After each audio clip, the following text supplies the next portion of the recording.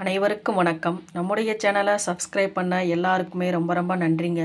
இன்றைக்கி மதுரை தங்கம் விட்டு சமையலில் என்ன பார்க்க போகிறோம்னா, சூப்பரான டேஸ்டியான தீபாவளி ஸ்பெஷல் இந்த மைதா மாவு வச்சு 2 விதமான டிஷ் தாங்க பண்ண போகிறேன். ஃபஸ்ட்டு மைதா மாவு நம்ம ஜலிச்சுட்டு எடுத்துக்கலாம்.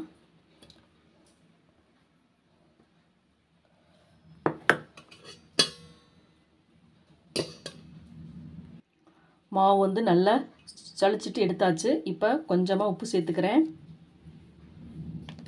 அது கூடவே 1/2 ஸ்பூன் அளவு எண்ணெய் சேர்த்துக்கிறேன். இப்போ தண்ணி சேர்த்துக்கலாம். தண்ணி லைட்டாக வெதுவெதுப்பாக இருந்தாலே போதும். சப்பாத்தி மாவு பதத்துக்கு மாவு பிசைஞ்சுக்கலாம். மாவு நல்லா பிசைஞ்சாச்சு. இப்போ ஒரு பிளேட் போட்டு மூடி வச்சிடலாம். இந்த மைதா மாவு வச்சு 2 விதமான டிஷ் தாங்க பண்ண போகிறேன். ஒன்று ஸ்வீட்டாகவும், இன்னொன்று காரத்தும் காரம் மடக்கு பொரிக்கு ரெடி பண்ணிக்கிடலாம். 1 ஸ்பூன் அளவு கொப்பரை தேங்காய் துருவி வச்சுருக்கேன். 1 ஸ்பூன் அளவு ஜீரகம் எடுத்துருக்கிறேன். 1 ஸ்பூன் அளவு வெள்ளை எள்ளு, 1 ஸ்பூன் அளவு முழு தனியா, 2 காஞ்ச மிளகாய் எடுத்துருக்கிறேன். ஃபஸ்ட்டு இதை வறுத்துக்கிடலாம்.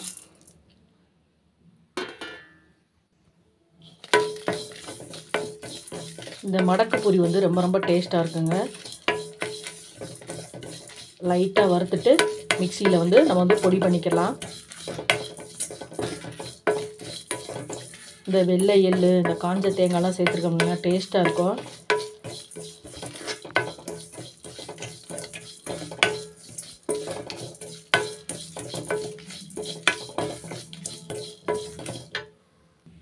நல்லா வறுத்தாச்சு. இப்போ ஸ்டவ் ஆஃப் பண்ணிடலாம். அதே கடாயிலேயே புளி பேஸ்ட் ரெடி பண்ணிக்கலாம்.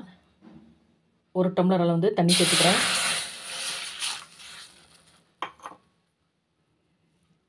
புளி ஒரு பெரிய நெல்லிக்காய் சைஸில் எடுத்துருக்கிறேன். அதையும் சேர்த்துக்கிறேன்.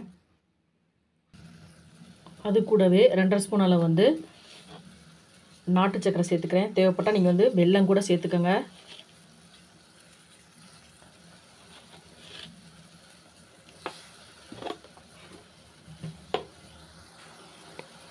நல்லா மிக்ஸ் பண்ணி விட்டுக்கலாம்.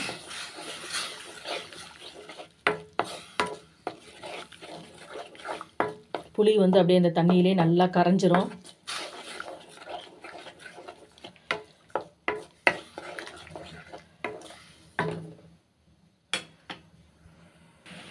புளி பேஸ்ட் ரெடி ஆகட்டும். இந்த சைடு நல்லா பொடி பண்ணிக்கிடலாம். கரைஞ்சிருச்சு. இப்போ இதை வடிகட்டிக்கிடலாம்.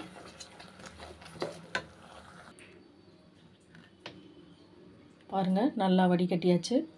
இப்போ தனியாக எடுத்து வச்சிடலாம். இதை இப்போ மைதா மாவு ஒரு உருண்டை எடுத்துருக்கிறேன். எடுத்து இப்போ சப்பாத்தி தேய்க்கிற மாதிரி ஃபஸ்ட்டு தேய்ச்சி எடுத்துக்கிறலாம். பாருங்கள், இந்த அளவுக்கு தின்னா தேய்ச்சிக்கிறணும். இப்போ அது மேலே ஃபஸ்ட்டு அந்த புளி பேஸ்ட்டை கொஞ்சமாக சேர்த்துக்கிறலாம். சேர்த்துட்டு நல்லா ஈவனாக தடவி விட்டுக்கோங்க. அதில்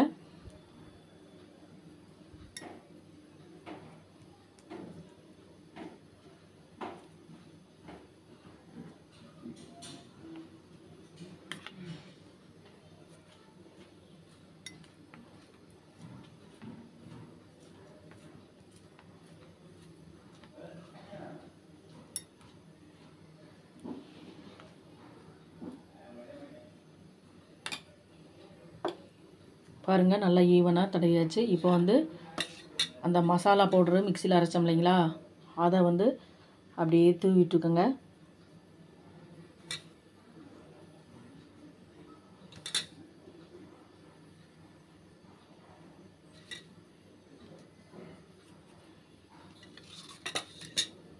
நல்லா தூவியாச்சு. இப்போ அதை நல்லா ரோல் பண்ணிக்கிடலாம். இப்படி ரோல் பண்ணிக்கிறணும். ரோல் பண்ணிக்கிட்டு கத்தியை வச்சு அப்படியே கட் பண்ணி விட்டுக்கோங்க. ரோல் பண்ணதை பாருங்கள், இப்படி கட் பண்ணிக்கிறணும். காரம் மடக்கு பொரி எல்லாமே ரெடி ஆகிடுச்சுங்க. இப்போ பொரிச்சு எடுத்துக்கலாம். எண்ணெய் ஆல்ரெடி காய வச்சிட்டேன்.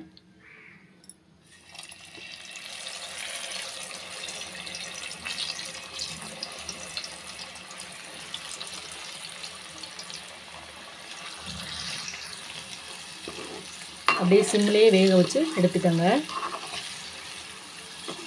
வெந்துருச்சுன்னா நல்லா அப்படியே எல்லோ கலரில் வந்துடும்.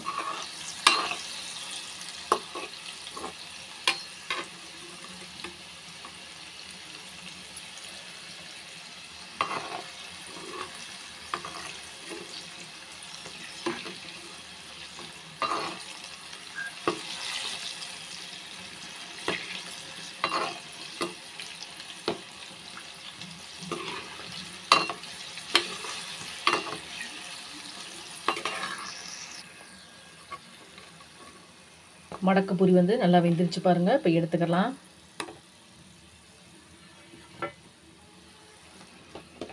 சிம்லேயே வச்சு எடுத்துக்கங்க.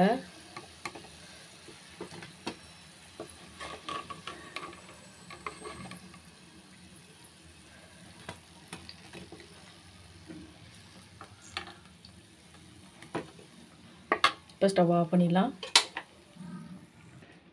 இனிப்பு பூரிக்கு வந்து இப்படி சின்ன சின்ன உருண்டைகளாக பிடிச்சிக்கலாம். அதே மாதிரி சப்பாத்தி பதத்துக்கு வந்து நம்ம வந்து மாவு வந்து தேய்ச்சி எடுத்துக்கலாம். இந்த மாதிரி எல்லா உருண்டைகளையும் தேய்ச்சி எடுத்துக்கலாம். மாவு வந்து இப்படி தேய்ச்சி எடுத்துக்கிட்டாச்சு. ஒரு பாத்திரத்தில் வந்து 1.5 ஸ்பூன் அளவு வந்து மைதா மாவு சேர்த்துக்கிறேன். 1/2 ஸ்பூன் அளவு வந்து எண்ணெய் சேர்த்துக்கிறேன். இப்போ நல்லா மிக்ஸ் பண்ணிக்கலாம்.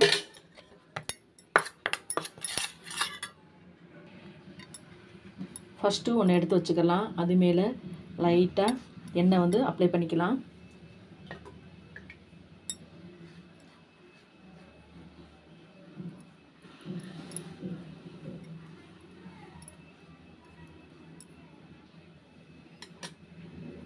ஓரத்தில் வந்து மைதா மாவு வந்து நல்லா மிக்ஸ் பண்ணி வச்சுருந்தோம் இல்லைங்களா, அதை வந்து அப்படியே சுற்றி தடவி விட்டுக்கலாம்.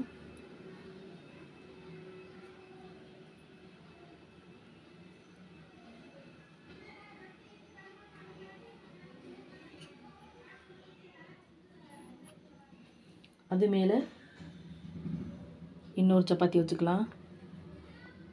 ஃபஸ்ட்டு அது மேலேயே லைட்டாக எண்ணெய் வந்து அப்ளை பண்ணிக்கலாம்.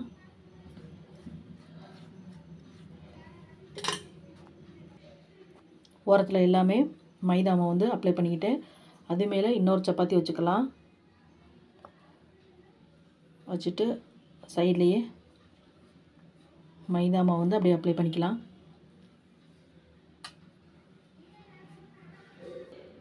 அது மேலேயும் அப்படியே எண்ணெய் வந்து அப்ளை பண்ணிக்கலாம்.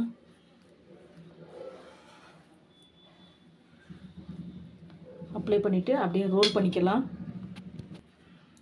அந்த ஓரத்தில் ஃபுல்லாக நல்லா அழுத்தி விட்டுக்கோங்க. அழுத்தி விட்டுட்டு அப்படியே ரோல் பண்ணிக்கோங்க. ஏன்னா தனி வச்சு இப்போ கத்தியை வச்சு கட் பண்ணிக்கலாம்.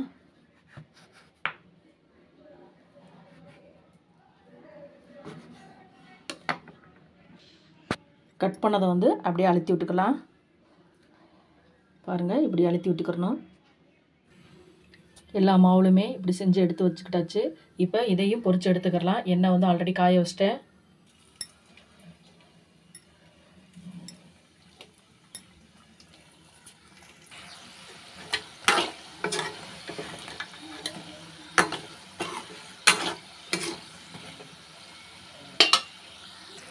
பூரி வந்து நல்லா வெந்துருச்சு. இப்போ எடுத்துக்கலாம்.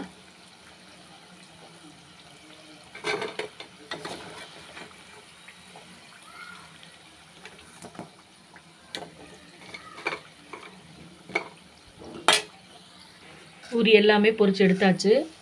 இப்போ வந்து சர்க்கரை பாவு ரெடி பண்ணிக்கலாம். ஒரு கப்பில் வந்து சுகர் எடுத்துருக்கிறேன், அதை சேர்த்துக்கிறேன். அந்த கப்லேயே அரை கப்பில் வந்து தண்ணி சேர்த்துக்கலாம். லைட்டாக கம்பி பதம் வந்தாலே போதும். பாருங்கள், லைட்டாக ஒரு கம்பி பதம் வந்துருச்சு பாருங்கள்.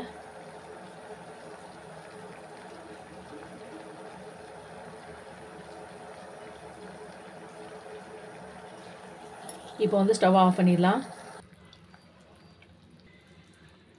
பொரிச்ச பூரியெல்லாம் இது கூட சேர்த்துக்கலாம். அந்த சர்க்கரை பாகில் வந்து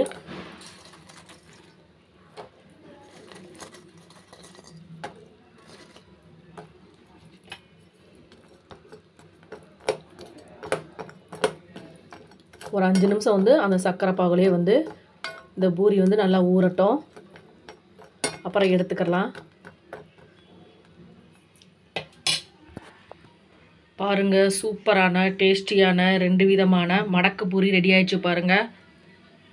இது சாப்பிடும்போது அந்த புளி பேஸ்ட்ரி எல்லாம் காரத்தோடு சாப்பிடும்போது டேஸ்ட்டாக இருக்கும். இது சர்க்கரை பாவில் சேர்த்து சாப்பிடாது, இது ரொம்ப டேஸ்ட்டாக இருக்கும். இதே மாதிரி நீங்களும் செஞ்சு பாருங்கள். ரெண்டுமே ஒன்றுக்கு ஒன்று சலிச்சது இல்லைங்க. ரொம்ப ரொம்ப டேஸ்ட்டாக இருக்கும். இதே மாதிரி தீபாவளிக்கு ஸ்வீட் செஞ்சு காரம் செஞ்சு சாப்பிடுங்க. நம்ம சேனலை பார்க்குறவங்க ப்ளீஸ் நம்ம சேனலுக்கு ஆதரவு கொடுங்க. லைக் பண்ணுங்கள், ஷேர் பண்ணுங்கள், கமெண்ட் பண்ணுங்கள், சப்ஸ்கிரைப் பண்ணுங்கள். மறக்காமல் பெல் பட்டனை கிளிக் பண்ணுங்கள். நன்றி, வணக்கம்.